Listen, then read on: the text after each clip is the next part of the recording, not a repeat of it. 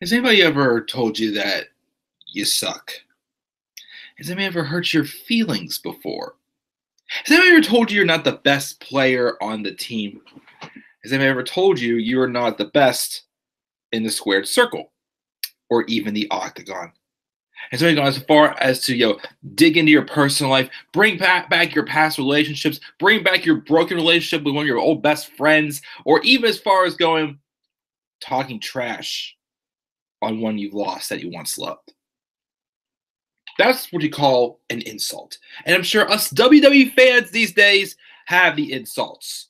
Whether it's how Vince McMahon is out of touch, how Road Dogg is not good at writing an episode of Raw or SmackDown, or even just a segment himself, like the B Team Memorial Day Barbecue. But sometimes read those insults. It can be entertaining. They can be quite funny. They can be a big zinger that made the crowd go, "Oh my goodness, I can't believe they absolutely just said that." And those, my friends, are the ones that I would like to talk about in the Club of the Man 1993's special live stream of the week.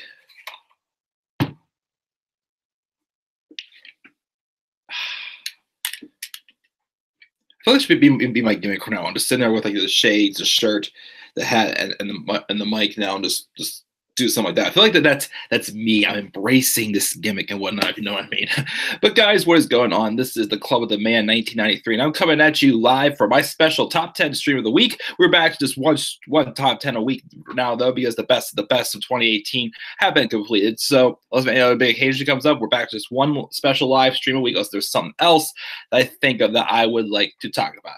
So when I was trying to decide a topic, this is the first time in months I actually had no idea what a topic to do. As you know, well, of course, when it gets later in the month, probably do maybe a few for like the Royal Rumble or something like that, maybe. Well, probably just like the Royal Rumble matches or Royal Rumble match winners. Maybe we could do something like that. But that'll probably like later in the month. I gotta say, we do that. But so I was trying to think of a topic to do for this week. And I just thought back to on Tuesday night, wherever John Cena and Becky Lynch were cutting the lines about Nikki Bella leaving John Cena and whatnot. And I thought, you know what?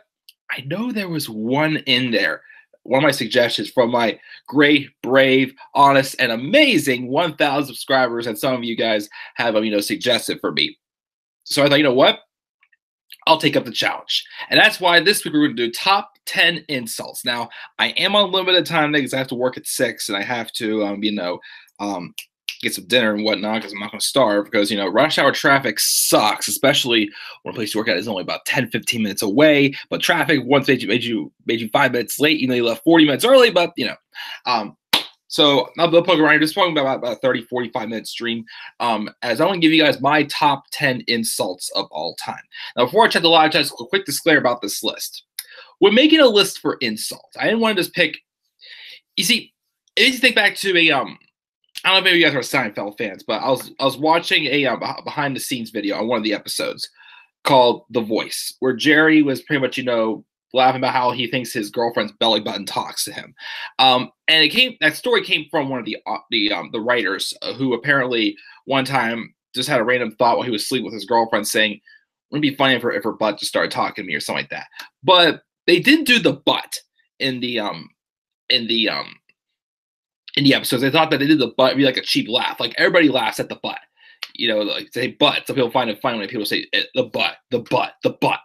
So that's why I chose the belly button, because they felt like the butt was like a cheap laugh. So when they can come up with these lists of insults, go back and look at some of the insults. And of course, most of mine are more recent. Some, a little, earlier in the days, but most of them were fairly recent. I put on this list.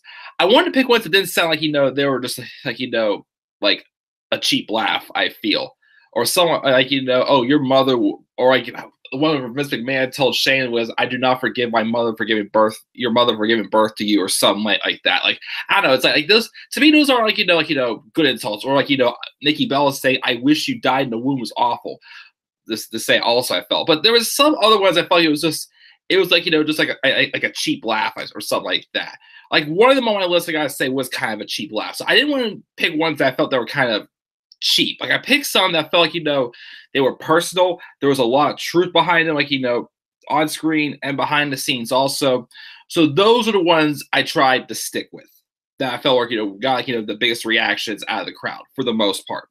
So that's what I tried to stick with for this list of top 10 insults of all time for WWE. I'll check the live chat, see if we got anybody in the live chat. We just got Mike. What's going on? I mean, we got Mark. I'm sorry, what's going on, Mark? Coward Corbin, the only door you ever knocked down was the door to John Cena's bedroom. You're off to a pretty good start there, my friend, because one of those was definitely on my list. But yeah, again, so again, like something, I didn't want to put anything like too cheap on this list before I get in. So I want to put like some of my best insults that I could come up with that I can remember, and of course any ones that I came across as well. So let's get started with that. Again, I'm on limited time here. I want to try to get this. I want to keep this one about 45 minutes. So so let's get rolling here. I did not open up the note document. Aha, here it is now. All right, so let's get started with this list. My number 10 is one that's not really one of the strongest ones. I'd say I don't quite remember the whole story. The whole, well, I remember the story, of course, this just happened this past year. It's from NXT. But I felt this one wasn't like, it was just one part of this this whole promo that I felt was just, bold and like, it wasn't like, the biggest insult in the world. But to me, I felt like it was just like, it was a nice little zinger just to throw in there. And I remember it got a good little reaction on me. But it was sometime I say in October of NXT, during NXT, the Velveteen Dream and Tommaso Ciampa was just starting their feud, of course, together. And this was also like, in the midst of the storyline of who attacked Aleister Black. People were suspected to be, Tommaso Ciampa, since he's the champion, Velveteen Dream based off their past history, and like Lars Sullivan or even Cassius Ohno as well was a suspect as well. And of course, ended up being Johnny Gargano. But even around that, Velveteen Dream wanted a title shot, and he had been proving himself lately. And of course, he came out, and him and Tommaso Ciampa were just taking shots at each other. And Dream was calling Ciampa like, a small little angry bald man or something like that and whatnot. But of course, so Ciampa was like, oh, this small little angry bald man has this shiny, oh so shiny title belt. And of course, he kissed it, which looks a little awkward, but it still kind of fits with Ciampa in some ways. But of course, though, Dream keeps firing the shots at Ciampa, but then of course, anytime I'm about to say the zinger, I'm going to mention it through the microphone. Tommaso Ciampa then just says, this is not coming from me, it's not coming from me, here. This is more so coming from my title. But the title doesn't know if you're worthy of them, because the title just doesn't think you're quite tough enough. And I like the way how Ciampa went tough enough, just like squeaked it out there or whatnot. But the audience got a big pop from that, because that was taking a shot at Velveteen Dream, because he did not win the last season of Tough Enough, of course, which is a pretty good zinger. I don't think Dream was able to quite top that off in that segment there, but I don't know. I just thought that was like a nice little, genius little thing, like a little heel move, I'd say, for Ciampa to do. Probably not, like the biggest insult I've heard of all time, but that was just one I thought stood out to me when I made this list, and that's why it's my number 10 on the list. It's one of the weaker picks, I gotta say, but that's why it's on my list as number 10 with Tommaso Ciampa telling Velveteen Dream that he's just not tough enough. That's my number 10 for my list of top 10 insults. Number 9 is from actually, I mean, I never watched much ECW or WCW, but I've seen this one on, like a top 10 highlight reel. And I had to have one involving Mr. Ladies and gentlemen, my name is Paul Heyman. Now, of course, Heyman has had a lot of little good lines in the past, wherever it's little sequences, so it's singing, "My eyes have seen the glory of the conqueror, my lord," or remind us every single week that my client Brock Lesnar conquered the Undertaker's undefeated streak, and so on. So I was trying to think of a good Paul Heyman insult to put on this list. I mean, yes, he called he was like, he took shots at Goldberg about his son and whatnot, which, was good, but I didn't think it was quite worthy of being on the list. Couple others was, but just like calling someone an SOB. I'm like, okay, unless there's like something else to that line, like just an SOB is not good. Like maybe it is. So I was like, how many of us have called someone an SOB before? Pretty much. So the one that I picked for Paul Heyman, and I put this lower down on the list because I didn't see this one live. But I kind of put the pieces of the puzzle together. So there was an episode of ECW about 12 years, probably 12, 15 years ago, where JBL and a bunch of the different WWE wrestlers were in there, and of course with the war between WWE and ECW and whatnot, they're actually across competition with brands, which again is what I would wish they would do more with Raw and SmackDown, not just Raw and SmackDown, because all of a sudden, oh, we want to beat you guys up, pretty much, you know what I mean? So JBL was in the crowd, and again, I didn't get to see too much of JBL besides WrestleMania and SummerSlam, but obviously he was a guy that didn't seem like he was the greatest in-ring wrestler, but he was really great at getting heat and producing it, and being hated. And obviously, it seemed like people wouldn't want to really see him as champion for the time being. And there was a point, I think, before John Cena dethroned him at WrestleMania 21, where JBL had a nice lengthy title reign for almost a year. Of course, it's also around a time where, of course, Triple H was tearing it up on Raw also. And yes, it's around a time where, Triple H, people say that Triple H kind of, was kind of like John Cena, burying people with his gold shovel as well, such as, Booker T. A lot of people say he buried him. Sure, a couple other people, they say, Triple H should have put them over, but, he did put them over. So I can see how this kind of could dig it into this singer here, where Paul Heyman was talking trash to JBL, and he says, and the only reason why you were champion for about a year was because Triple H refused to work on Tuesday nights, which is some truth. I wouldn't say like the strongest truth, but think about what Triple H probably the true bigger star.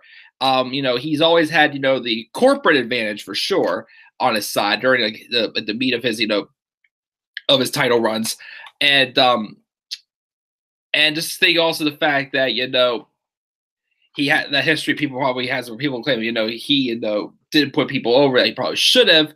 So it kind of ties into there where it's like, okay, that's a kind of insult there. It's like, ooh, zinger there. Triple H was not working on Tuesdays. Not one of the strongest insults, but I had to include one from Paul Heyman, and that's one of my favorites. I gotta say in there. But that's why it's my number 9 on this list is Paul Heyman telling JBL the truth that you're only champion because Triple H refused to work on Tuesday nights. So that is my number 9. My number 8 is another one I was back and forth about putting on this list. I wanted to put one involving The Rock on this list, but I felt Fruity Pebbles wasn't, one of the strongest picks.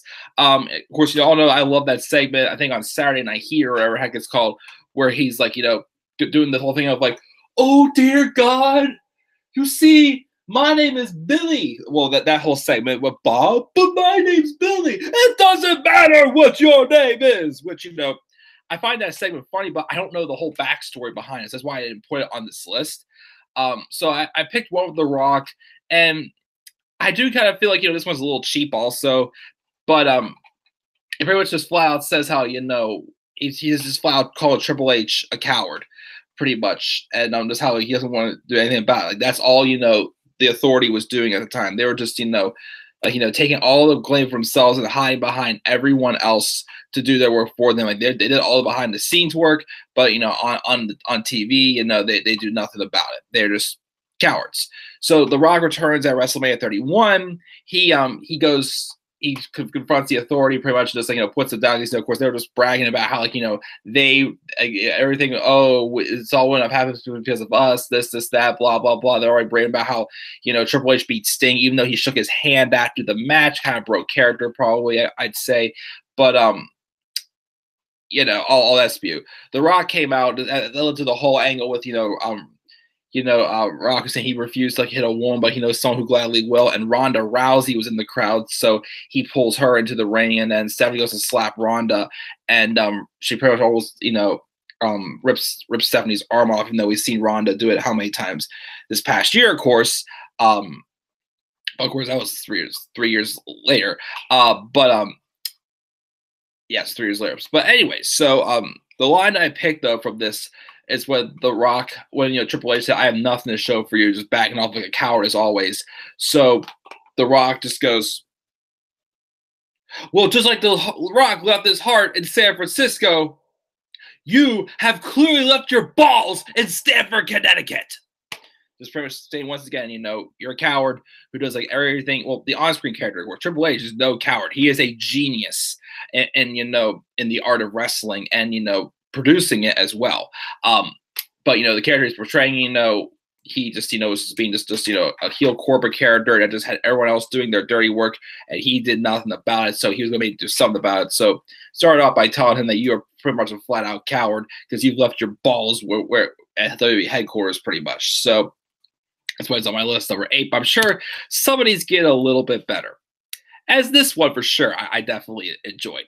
Kind of goes on the same lines for number 7. The same lines that, went on with, The Rock telling Triple H he's a coward. CM Punk kind of the same thing.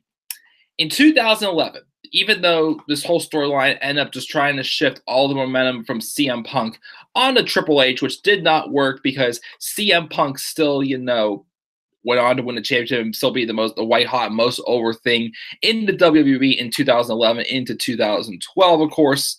So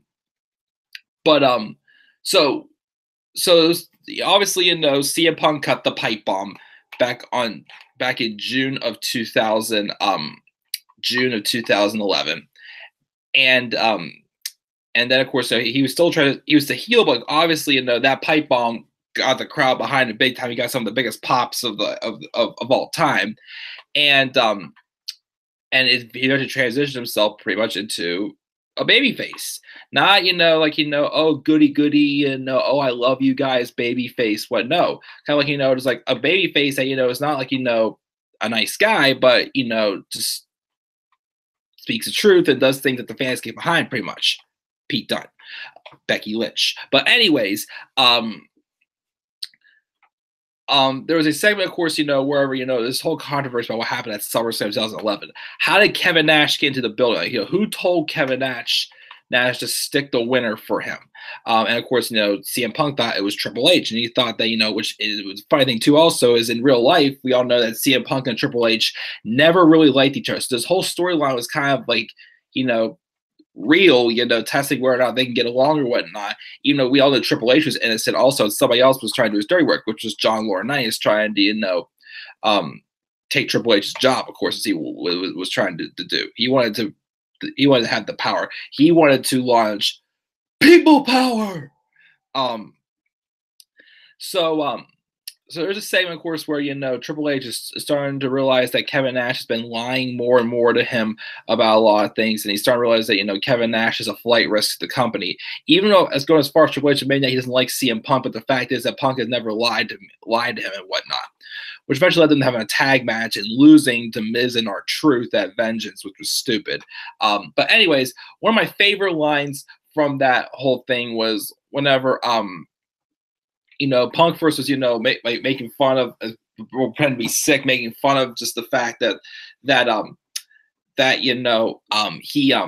Triple H and Nash were just playing around. He felt that they knew what was going on.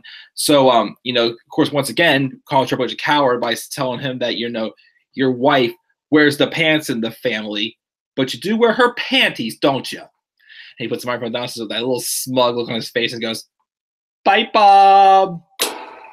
And so yeah, there was a couple other good lines he had, but that one right there again, just having Punk, just pretty much just telling Triple H, yeah, I know your wife does the work from you, but you wear her panties because you're just as much of a coward as she is, pretty much, or whatnot, with that line there. Of course, you can also kind of say, even though this one was pretty boldly, well, this one was kind of spitting in truth in his face, but during the contract signing, when Punk is going, "You are the one that's lost sight, and I am the underdog, and you are what you hate. You're the 10-time WWE champion. You're the man. You, like the Red Sox, are no longer the underdog. You're a dynasty. You become what you hate. You have become the New York Yankees, which, is kind of the truth. The Yankees, are a dynasty and whatnot, successful in their own ways. The Red Sox were, once the underdogs, and they're not quite the underdog anymore. They've had some pretty good years in the past, 10 or so years, well, since 2004, I gotta say for sure. But so yeah, CM Punk telling Triple H that you sure wear your wife's panties, don't you? Is my number 7 on this list. My number 6, I don't know why. I thought this was more so this was an insult. But I thought this was more of a comeback that just gave me a good little pop on TV when I saw this in 2017. So it was involving a very personal storyline with John Cena, Nikki Bella, and The Miz and Maurice. Obviously, if you remember, they did those Total Bella's bullshit lost footage segments that were super funny and brought out, I felt, the best in Miz and Maurice. In their abilities on a microphone.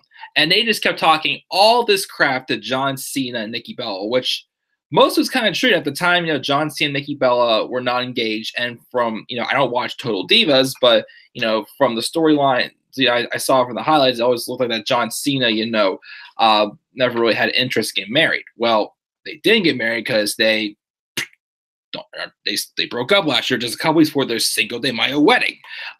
Once again, we got John Cena, making promos about, who's going to come to me faster than Nikki Bella left me, of course, from this past week on SmackDown. But anyways, so The Miz and Maurice were kind of laying in some truth. John Cena probably does have a little picky with his house rules and whatnot. He had no intention of, getting married and whatnot. And just not having any intention of doing anything. They were spitting out some truth, which I always said what makes The Miz a good heel is that there's a lot of truth in the promos. It doesn't sound like some delusional idiot like Jinder Mahal talking about a stupid top 10 list that no one absolutely cares about. There's also why nobody absolutely cares about Jinder Mahal. So then came the go home segment before WrestleMania, where of course John Cena and Nikki Bella pretty much just finally just came out and just okay, we've heard what you had to say, but now it's time for us to spit some truth as well. And yeah, Cena pretty much just this was a night where I remember I probably one of the most likes and retweets on a tweet I ever tweeted. I think I got 50 of each, I felt.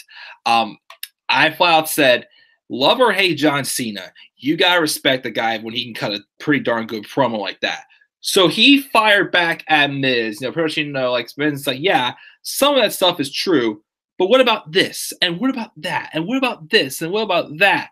And, just firing back at him for everything, that's wrong with the Miz, that, Williams is wrong. Why are you trashing us about this? And my favorite part of that segment was whenever he said, well, this is before, of course, Monroe Sky was born, was when the Miz said, John Cena said to the Miz, oh, by the way, you guys have been married for how many years? Which I think at the time was 6 or 7, I think.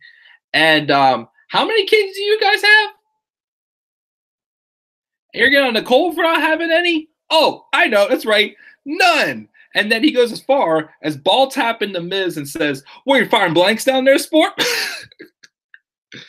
I don't know that's cheap or not, but as I said before, but I just remember he just ball tapped the Miz. And it's the Miz is someone, what makes the Miz such a great heel is that, he has his come up, it's coming to him for, them trying to, top off him spitting the truth out about the fact that, they're only both as successful together as they are is because, they, because of who they are, who she is with and whatnot. And of course, because Nikki Bella has big ones. But it pretty much been the same, but we've got this and we got this. But, you see if I say, yeah, you may want to lay off the whole thing about the kids because you don't have any as well. So I'm guessing, your boys aren't swimming too well down there, if you know what I mean. But yeah, where you find blanks down there, sport, is my number 6, my top 10 insults of all time. So real quick, here, let's go over the list so far. Again, I'm sorry, kind of flying through, but I'm on limited time. Number 10 is Ciampa telling Velveteen Dream that he's not tough enough because Velveteen Dream did lose and Tough Enough the last time. Number 9 is Heyman telling JBL the truth. The only reason why that you were champion for about a year, is because Triple H refused to work on Tuesdays. Number 8 is when The Rock tells Triple H that, well, just like when The Rock left his heart in San Francisco, you have truly left your balls in Stamford, Connecticut. Number 7 is you may wear the pants. She may wear the pants in the family. I mean, you may not wear the pants in the family, but you do wear her panties, don't you? Pipe bomb. And number 6 is, and you want to get on Nicole for not having any kids. How long have you guys been married for? What? Oh, that's right, 5, 6 years? And how many kids do you have now? 0. Were you firing blanks down there, sport? That is number 6. Now, numbers 5 to 1, I think, are very savage. They are some of the better ones. Those, not as good. But let's check the live chat. Let's see here where we're at. Let me see here. Isn't Paul Heyman the red-nosed advocate? Yeah, we all know that because of that weird segment from recently. Let's see here. We got Elite Squad saying hi and bye. Can't wait for Wrestle Kingdom 13 for the main event. Won't be able to watch it, but I hope you do enjoy it. Elite Squad. We got Larry. What's up, Larry? If CM Punk is not on this list, then I'm a woman. Well, that's the only one he is on there as well. I mean, the pipe bomb also could be an honorable mention, you guys say as well. But I feel like I've talked about that a lot. How many times I was trying to find like one little zinger in there that it was really going to stand out to me. But I want to put some little bit different. So the pipe bomb, it should be on this list, but I did not do that. The Rock serenading Vicky Guerrero was definitely good as well. The Rock and a little kid dressed up as John Cena. Ooh, I forgot about that one. What's up, Lauren? CM Punk's pipe bomb as well. What Batista? What about what Orton said? Eddie in hell. He might have said that, or actually, also another honorable mention was when Rey Mysterio was telling Batista when Batista first turned heel on him in 2009, he's like, "We gotta do this for Eddie and whatnot." Why are you doing this to me? And Batista goes, "Eddie's dead." That's another honorable mention I gotta say as well. After the being I gave you, I'm surprised you don't perform with a limp, or does he, Maurice? Which that's a good one too. Rock concert about Cena's mom and Lady Parts. Gotta watch that one again. Oh, we'll be talking about that one, Lauren. Cena shading Miz and Maurice. Where you find blanks down there, Sport? New Day insulting Kevin Owens. Which exactly? I can't remember what that one was. New Day insulting Orton of being a groupie. I'm trying to remember what that one was. I can't remember what that one was. Batista owning Triple H saying you've never beat me, which is a good insult, but to me it feels like a too simple insult, pretty much, which is true, but it's not really one of the strongest, but that's still a good one. Let's see here. Cena saying you asshole American to Daivari and Hassan. I don't remember that one. Batista nearly cried saying that, Mike. You could see that he didn't want to say that, the whole thing about Eddie's dead. Also Orton owning the Authority in 2015. Was that the one you're talking about whenever he kind of he was spitting out truth and saying, hey, I'm just kidding and whatnot. I think that was actually that Raw in Pittsburgh that I was live at, the same night where Undertaker sent that message that he was gonna be at WrestleMania 31. I always talk about that segment, and the night that Orton of course turned on Rollins in the main event. I think I remember that was a good segment also, I gotta say. I'm gonna make you my bitch. That's a good one. We've heard that one how many times? I feel my opinion. But I actually didn't put the pipe bomb on this list though, but it definitely should be an insult. But I wanted to say just one line zingers, of course, Punk just spoke his truth, but stuff was I like to think that Vince, this company will be better after Vince McMahon is dead, which or if I was looking for something bigger, zingers and whatnot, I know saying that the company can better after Vince is dead, and I have the balls to spell out the truth that this company is full of nothing but a parade of shameless ass kissers. But I feel like most of that, when I'm making this list, I felt okay, most of that is not as deep as some of these got also as well. I feel so that's why I didn't put that on the list. But I say if I was a little bit looser about this list, I say that would definitely be number 1. But let's do 5 to 1 because I only have about 20 more minutes. I gotta say for this list. So let's go number 5. This one had to be said. This one was, of course, right at the beginning of the whole hashtag give divas a chance. I'm pretty sure you guys can tell which one I am referring to at this. But and this what cracks me up that this year the Bellas will around evolution of Bella's like, oh, we wanted to be the leader of this whole women's evolution, but then they kept admitting that they were just divas and whatnot. So what are you saying? You wanted to all be just the way it was before or whatnot? I did not get that. And they said, they wanted that to be the chance in 2015. And then again, I do remember a segment where Brie Bella goes, give divas a chance? Give us a break. I remember her saying. So obviously, this was during a time where, Nikki Bella had that very long title reign that we all just wanted it to end. Again, as I all kept saying, it needed to end with Naomi winning a title because I felt, it was a fresh start and Naomi deserved it when she first turned heel in 2015. It was a fresh face getting the opportunity and whatnot. So I was rooting for Naomi, of course, to take the title off her. And then, of course, Nikki was barely defending it that summer as well. So making that title reign just, very, very angry. And also despite the person who said this line. But obviously, again, Nikki Bella and Brie Bella, yes, they're hot as hell. Don't get me wrong. But they're not the in-ring competitors that a lot of the women are today. And, of course, back then we had someone else besides Paige who I thought had a lot of in-ring skill ability. And that, of course, was AJ Lee. And AJ Lee one time says, I remember also I was watching Inside Assaults also. She said several times also, how, that they're only there because of the people they know, which of course is, boyfriends / husbands, John Cena, and Daniel Bryan.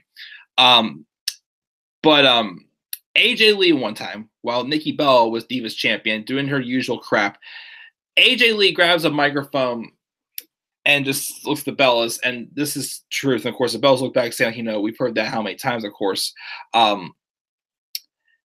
And she just said, I think that it's time that somebody finally breaks it to the Bellas. Talent is not sexually transmitted. Which is, a bold statement, especially with, what was just about to happen with the whole women's evolution a few months later. But, yes, of course, I'm sure people have said here and there, but even digging deeper and saying like, okay, you're only here because of your husbands and whatnot, but also, your talent, the talent that you possess is just, your sex appeal and whatnot, but it is not the true talent that represents in this division, of course. But that's my number 5 when it says AJ Lee saying, talent is not sexually transmitted as my number 5. My number 4. This one I feel, is a very underrated mention, as this one dug very personal into someone else's life, like a personal life outside of the wrestling business. And it did add a little bit of an interesting twist that they could have dug a little bit deeper with on SmackDown at the beginning of 2017, but they did not go there. And of course, every time, this person, these two people are in the same vicinity, it gets kind of awkward. Especially with her being on commentary now. But my number 4 was during the Dean Ambrose and the Miz feud. The one on SmackDown, not the one on Raw. The one on Raw kind of sucked. The one on SmackDown, though, was pretty good. And Renee Young was interviewing the Miz, saying how he seems to have some type of obsession with Dean Ambrose. Of course, he was trying to avoid him. He was afraid of him. But, at the same time, he knew he was a threat to his Intercontinental Championship.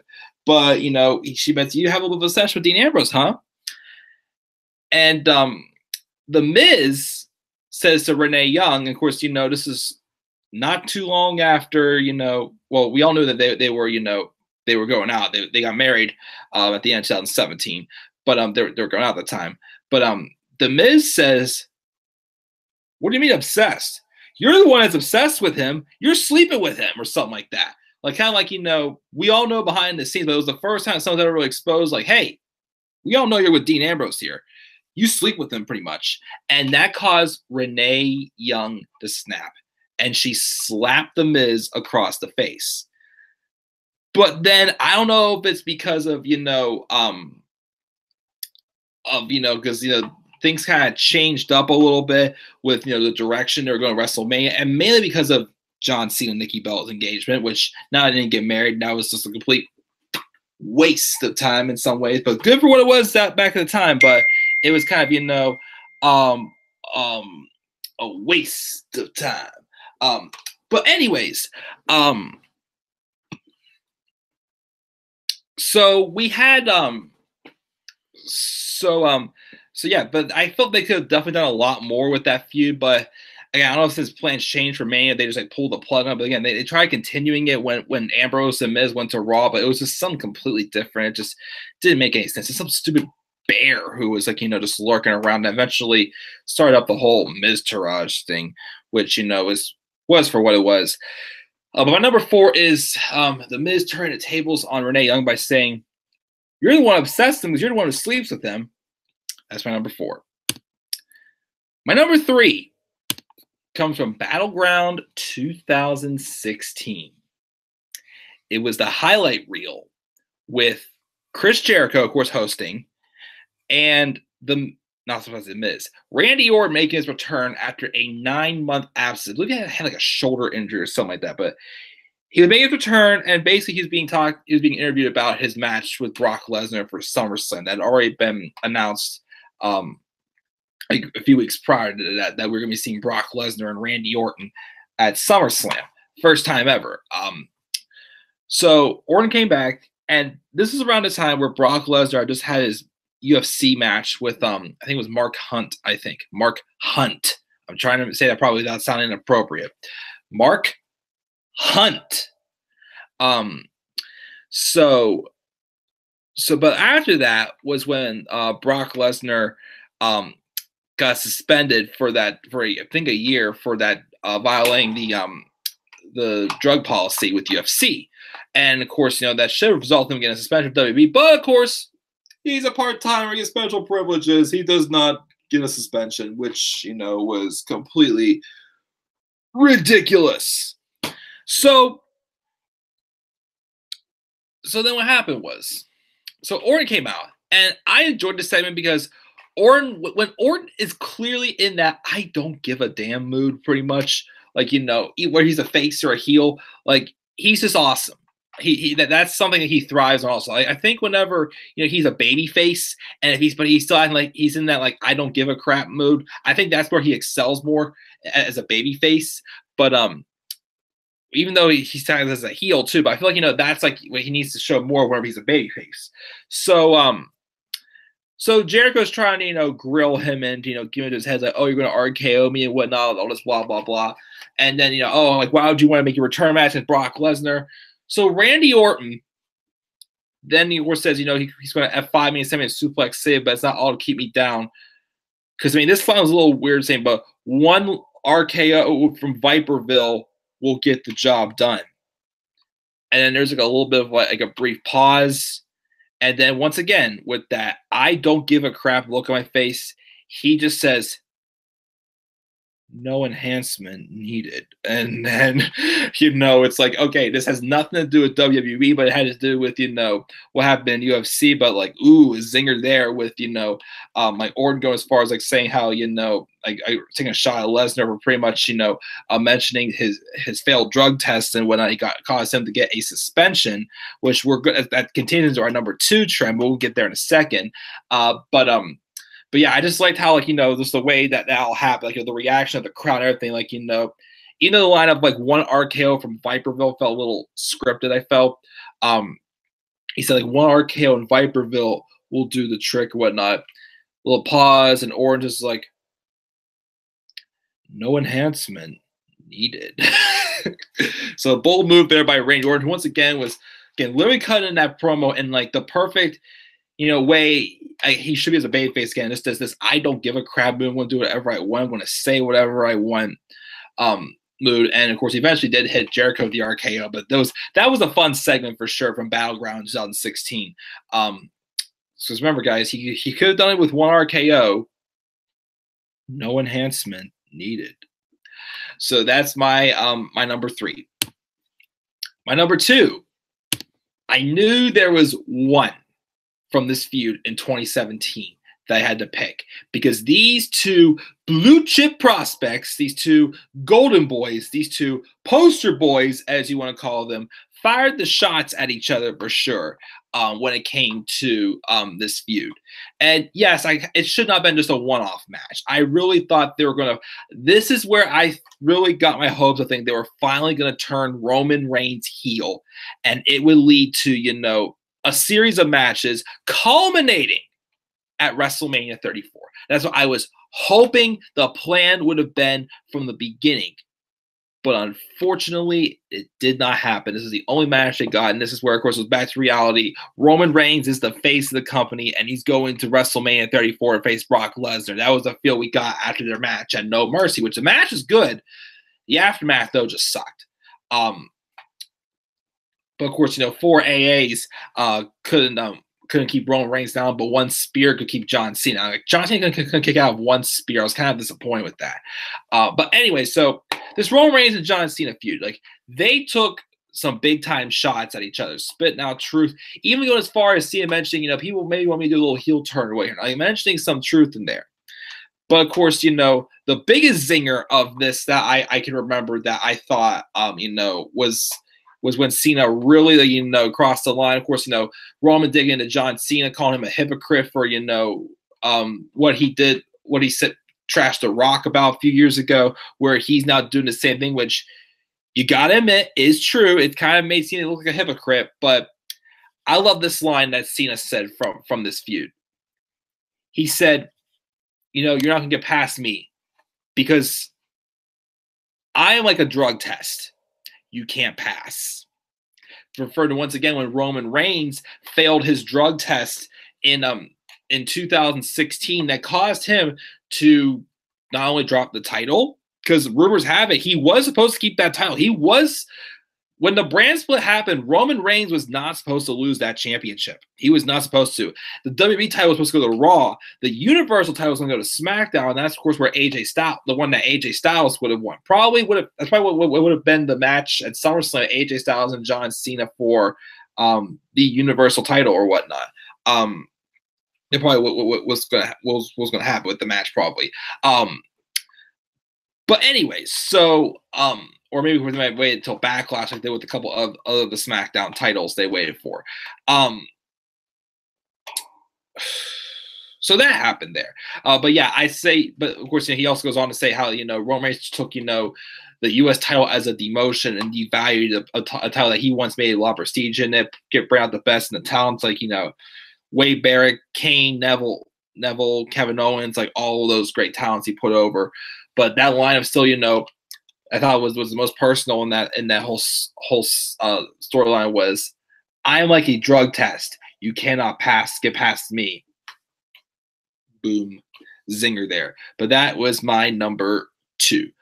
My number 1, again, we're going to get this one. I'm going to go over one more time. Check a lot of trying to get out of here because I'm in a rush.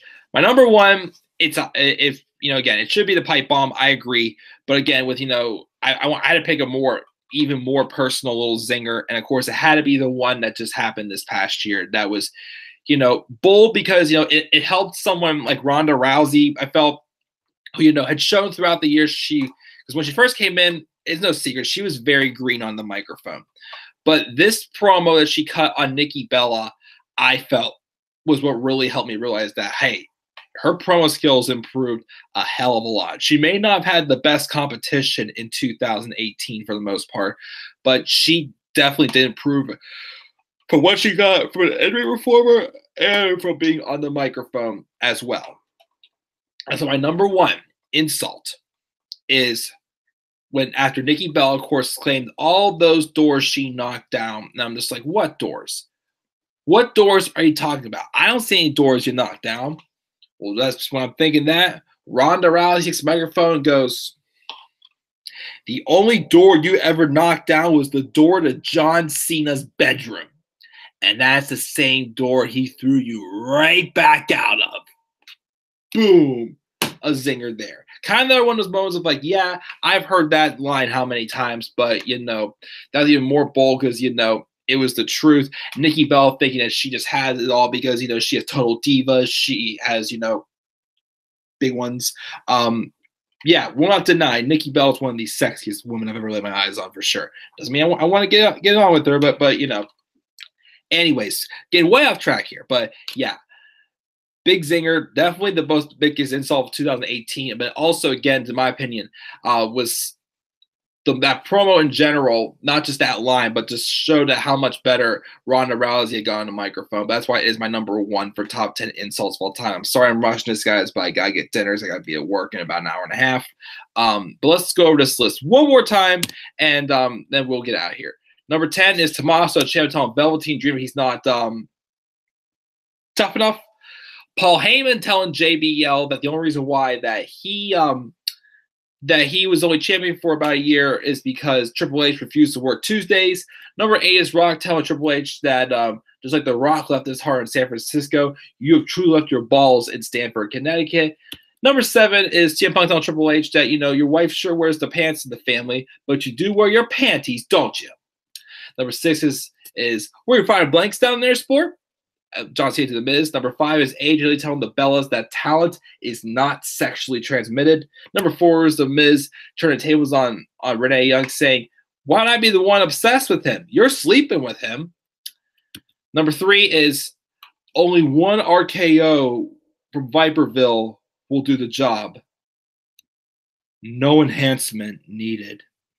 Number 2 is Cena telling Roman Reigns, I'm like a drug test. You can't get past me. And number 1 is Ronda Rousey telling Nikki Bella, the only door that you've ever knocked down was the door to John Cena's bedroom. And that is the same door he threw you right back out of. So that, guys, is my top 10 insults for WWE.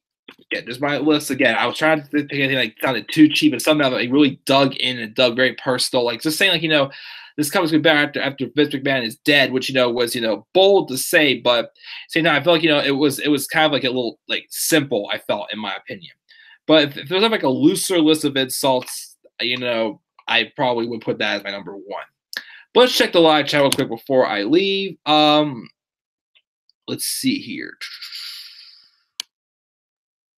Let me see here.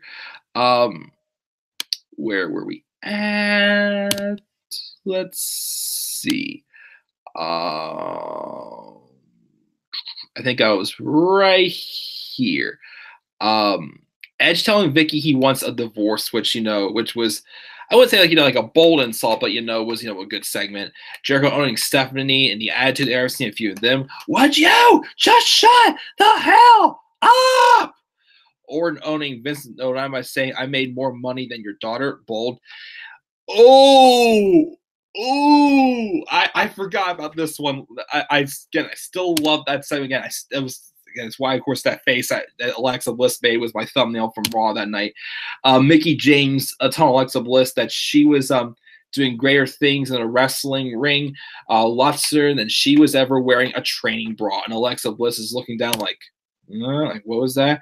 And again, the thing that made me laugh was the fact that night Alexa Bliss came out and she looked like she dressed extra special for the night. Let's put it that way. And Mickie James just goes, and it looks like you're doing just fine now, or something like that. And like, you know, obviously, you know, just looking at, you know, the way Alexa was dressed, and Alexa's like, that's a good one there for sure. Oh yeah, HBK owning the Canada crowd when he trashed on Bret Hart, I believe, was like around the time where he briefly turned heel the feud with Hulk Hogan. That one was good. DX owning Legacy. I Miss Eddie as well. Larry, he together with Chris Jericho was the definition of wrestling for him in his childhood. Cena owning JBL in 2005. Can't think which one it is. Oh yeah. Brock Lesnar telling Heath Slater, I don't give a shit about your kids. Chris Jericho had some pretty good insults as well. I gotta agree. Yeah, Paige trashing on Becky and Charlotte is good as well. But you know, the line of that Paige had on Charlotte about her brother, I thought was a little too far, especially as I heard the rumor that the Flairs did not know that Paige was going to say that. I thought that was a little too far, so I didn't put that on my list. And just to leave my favorite Jericho phrase here, would you please shut the hell up? Which is why I yelled at Alicia Fox in 2016, whenever she kept going, Noam, well, Noam was having the match, and oh, that feud was so freaking annoying with Noam Dar and Alicia Fox in the love story. I'm sorry, should I say Alicia Fox? Screw that. Nope, not happening.